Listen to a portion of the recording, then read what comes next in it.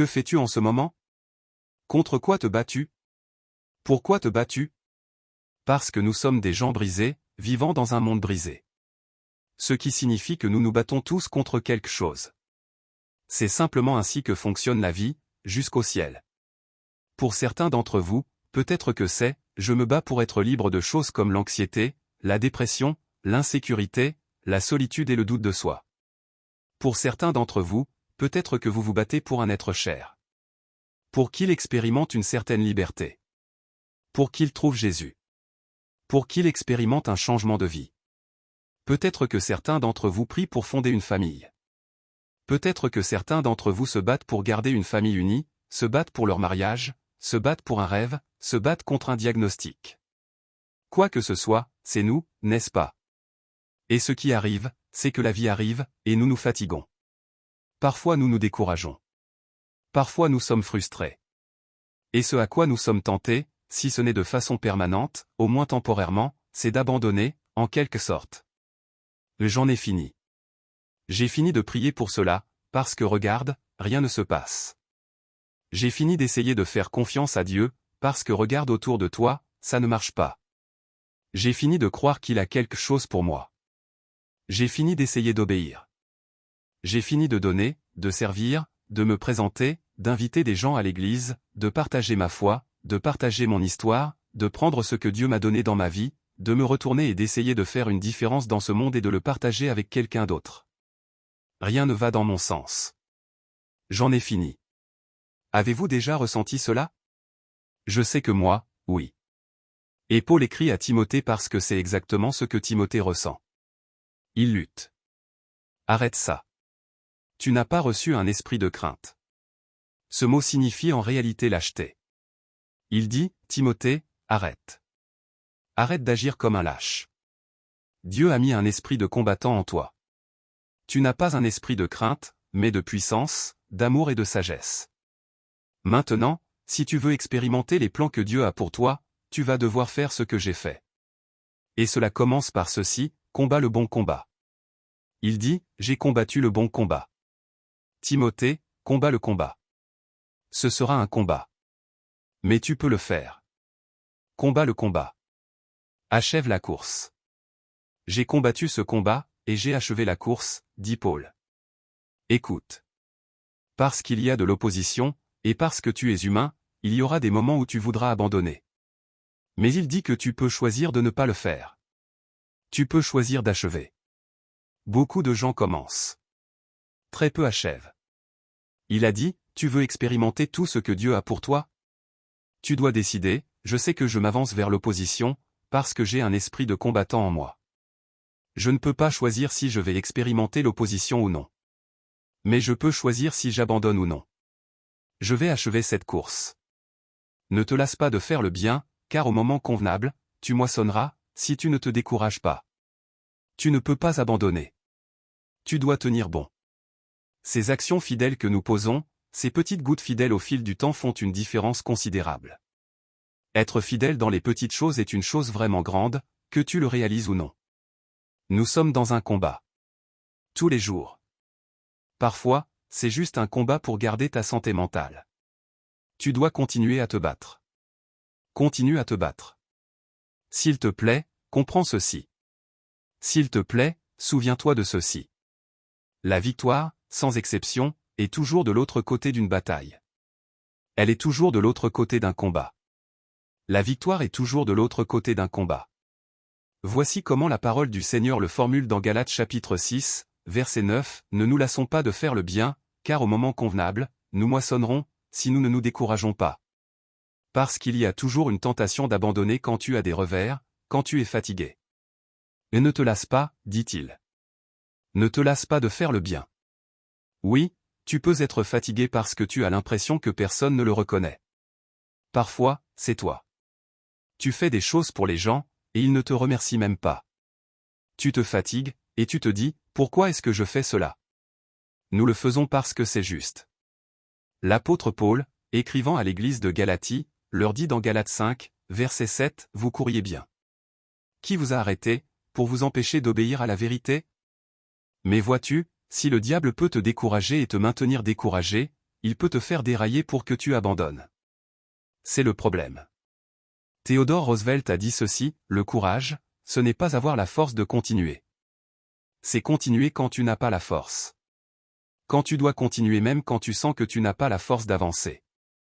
Combien de fois as-tu simplement dit à une personne, tu sais, j'ai fini. Je ne le fais pas. Je ne le fais pas. Comme il est facile de se décourager parce que les choses n'arrivent pas assez vite pour nous. Et nous nous décourageons. Écoute, ne te lasse pas de faire le bien, car tu moissonneras en due saison, si tu ne te fatigues pas. Parce qu'il y a une récompense. Alors je te dis simplement, reste fidèle. Reste fidèle. Il y a eu un jour où tu étais si sûr, si confiant, que ce que tu envisageais pour ta vie allait arriver. Que rien ni personne ne t'en empêcherait. Rien ne te détournerait ou ne t'arrêterait, ne t'empêcherait de faire ou de devenir ce que tu t'étais fixé. C'était déjà à toi. Alors, qu'est-il arrivé? Qu'est-il arrivé? Voici ce qu'un écrivain de la Bible a demandé, d'une manière très similaire. Il dit ceci, c'est pour la liberté que Christ nous a libérés. C'est une vision, je veux que ma vie soit marquée par la liberté. C'est ça. C'est la vision pour ma vie. Tenez ferme. C'est une conviction implacable. Tenez ferme donc, et ne vous laissez pas mettre de nouveau sous le joug de l'esclavage. Et puis il va droit au but, vous couriez bien. Vous vous en sortiez si bien. Rappelez-vous qui vous a coupé la route pour vous empêcher d'obéir à la vérité? Qu'est-il arrivé? Une telle persuasion ne vient pas de celui qui vous appelle. Vous vous en sortiez bien. Nous nous en sortions bien. Vous aviez un plan. Vous aviez une vision. Qu'est-il arrivé? Je vais lancer ceci. Voici ce que je pense que la réponse est, la vraie vie est arrivée. La réalité est arrivée. Ou, pour citer le grand théologien Mike Tyson, il l'a dit ainsi, tout le monde a un plan, jusqu'à ce qu'il se prenne un coup de poing en pleine figure. Puis-je avoir un amen? C'est juste vrai, non? Cette citation vient d'une interview juste avant que Tyson ne combatte Evander Holyfield. Le gars qui faisait l'interview, quand Tyson a dit cela, a dit, ce que j'aime tant dans cette citation, c'est que son application va bien au-delà de la boxe. Elle a vraiment un sens dans tous les domaines de la vie. Que le coup vienne d'un problème de santé, de perdre son emploi, d'un mauvais investissement, d'un embouteillage, peu importe. Et il a dit, c'est la façon dont tu réagis à cette adversité qui te définit, pas l'adversité elle-même. Et tu sais quoi? Nous voulons avoir l'impression, et je ne pense pas que ce soit mal, nous voulons juste avoir l'impression de bien nous en sortir dans la vie. Tu veux juste avoir l'impression d'être sur une bonne voie, de faire la différence. Et de temps en temps, tu veux savoir que tu dépasses quelques personnes. Je ne sais même pas ce que signifie le dépasser. Mais tu veux juste avoir l'impression de dire, je suis un peu dans le virage, et je suis en quelque sorte en chemin, je fais une différence. Et puis qu'arrive-t-il? La vie. La vie. J'ai cité Mike Tyson et cette citation tellement de fois. Je l'ai cité hier. Nous faisions une interview avec des amis, et j'ai dit, Mike Tyson disait toujours, et il parlait de combat, j'aime cette déclaration, tout le monde dit, Mike, qu'est-ce que tu vas faire? Un tel va te combattre, es-tu inquiet? Il répond, tout le monde a un plan. Ces gars peuvent planifier. Mais le plan part par la fenêtre quand ils se prennent un coup de poing en pleine figure. On dirait la vie, non? Tout le monde a de grands plans. Soudain, nous nous prenons un coup de poing de la vie. Ça va arriver. Et tout d'un coup, tu te dis, eh bien, ce gros coup de poing en pleine figure n'était pas dans le plan. Que fais-je maintenant? Et tout d'un coup, c'est comme si tout était perdu, et je vais simplement abandonner. Tu ne peux pas. Tu ne peux pas penser à une histoire ou à une personne. Tu n'as jamais regardé un film ou lu un livre. Il n'y a personne dans ta vie qui a fait ou qui poursuit actuellement quelque chose de significatif et qui, à un moment donné, ne s'est pas pris un coup en pleine figure. Ils l'ont tous reçu, que ce soit par la vie ou une circonstance. Quelle est l'intrigue commune partagée entre toutes les grandes personnes qui accomplissent de grandes choses et expérimentent une vie abondante? Qu'ont-elles toutes en commun? Voici quelques points qui ne seraient pas sur la liste, d'accord? Elles ont toutes expérimenté une vie sans coup de poing en pleine figure. Non. Elles ont toutes fait un plan rigide il y a des années, et tout s'est toujours passé exactement comme prévu, sans avoir besoin de flexibilité, de risque ou d'adaptation. C'est leur clé du succès. Connais-tu quelqu'un comme ça? Leur recette pour une réussite croissante dans leur vie était de faire des excuses, de blâmer les autres, de jouer la carte de la victime et de rarement faire ce qu'ils disaient qu'ils allaient faire. C'était leur chemin vers la grandeur. Comment tout le monde et chaque voix dans leur vie était d'accord avec eux chaque jour et les ont soutenus tout au long du chemin. Est-ce l'histoire de quelqu'un? Ou peut-être qu'ils ont tout fait par eux-mêmes et n'ont eu besoin de l'aide de personne d'autre? Non. Tu ne peux pas nommer une seule personne qui vit une vie significative et qui n'a pas heurté un mur appelé, eh bien, ce n'est pas comme je pensais que ce serait. Et qui a dû comprendre et être prête à aller avec un nouveau plan. Nous devons tous faire cela, non? Qui n'a pas eu à secouer le blâme, les excuses et la déception venant des sources les plus déchirantes de leur vie, et à pointer vers son histoire en disant « Je ne vais pas abandonner. Je ne vais pas abandonner. Je vais continuer. » Ils ont tous dû faire cela. Que penses-tu qui sépare les personnes moyennes des personnes extraordinaires? Que penses-tu qui sépare ceux qui sont vraiment épanouis dans la vie de ceux qui sont souvent vides? La différence, c'est leur persévérance. C'est leur persévérance. C'est leur volonté de tenir bon. C'est leur ténacité pour achever. C'est leur détermination à persévérer. C'est leur refus d'abandonner. J'aime la façon dont le pasteur Craig illustre cela de nombreuses fois. Il y a cette histoire d'un âne qui est tombé dans un trou. Des hommes passent, regardent en bas et se disent, il n'y a aucun moyen de sortir cet âne de ce trou. Autant lui rendre la chose courte et douce. Nous allons l'enterrer vivant. Alors il commence à prendre des pelletées de terre et les jette sur cet âne. La terre touche l'âne, et il la secoue, et il monte d'un cran. Il jette encore de la terre. Il la secoue et monte d'un cran. Et finalement, avec le temps, peut-être pas à la 10e pelletée, ou à la 100e, peut-être à la 1000e ou la 10 000e, mais il secouait, il montait d'un cran. Et avec le temps, ce puits est devenu de moins en moins profond, jusqu'au jour où il a pu simplement en sortir. Mais tu dois secouer, et tu dois monter d'un cran.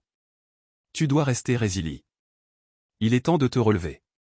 Si tu as été mis à terre, si tu as traversé quelque chose, si tu as subi un revers financier, ou si quelque chose de terrible t'est arrivé au niveau de la santé, ou si quelque chose est arrivé à ta famille, nous devons croire qu'il est temps pour un retour.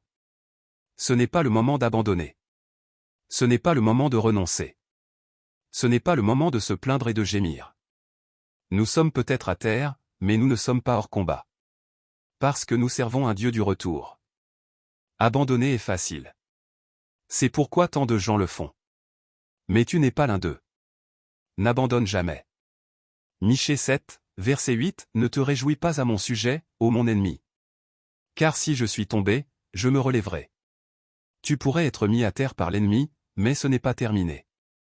Dieu ne dira jamais que c'est terminé avant que tu ne gagnes. Alléluia. Donc si tu es mis à terre, relève-toi.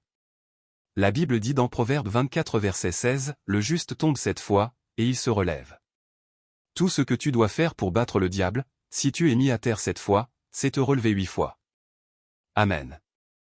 N'abandonne jamais. N'abandonne jamais. N'abandonne jamais. Ne renonce jamais. Vois-tu, la douleur d'abandonner, la douleur de jeter l'éponge, la douleur du regret, est toujours plus grande que la douleur de la persévérance. Disons-le une fois de plus, la douleur du regret est bien plus grande que la douleur de la persévérance. Et Dieu dit, si tu persévères aujourd'hui, je te récompenserai. Mais il n'y a qu'une seule façon de le faire. Il n'y a qu'une seule façon de continuer. Ne renonce pas, continue à te présenter. Tu ne peux pas maintenir à terre une personne qui ne veut pas y rester. C'est une chose d'être mis à terre. Mais le problème, c'est que tu ne restes pas à terre. Il y a déjà des témoins dans cette pièce qui attesteront, ce n'est pas que je n'ai pas été mis à terre. Mais Dieu continue à me donner la force, l'énergie, les moyens, l'onction, la puissance pour ne pas rester à terre. Qu'à chaque fois que quelque chose ou quelqu'un me met à terre, Dieu continue à me relever. Voyez-vous, mesdames et messieurs, la vie ne consiste pas à ne pas être mis à terre. La vie consiste à ne pas rester à terre. Tu ne peux pas abandonner. Tu es allé trop loin pour abandonner maintenant. Tu dois te battre pour cela. Il n'y a rien que tu ne puisses surmonter en son nom. Amen. Tu veux jeter l'éponge? Je sais ce que ça fait. Mais ne le fais pas, souviens-toi que Dieu est dans ton coin. Et comme il l'a dit à Pierre, il prie pour toi, afin que ta foi ne défaille pas. Alors laisse-le t'encourager. Va vers lui. Il est dans ton coin. Et je te promets, tu gagneras.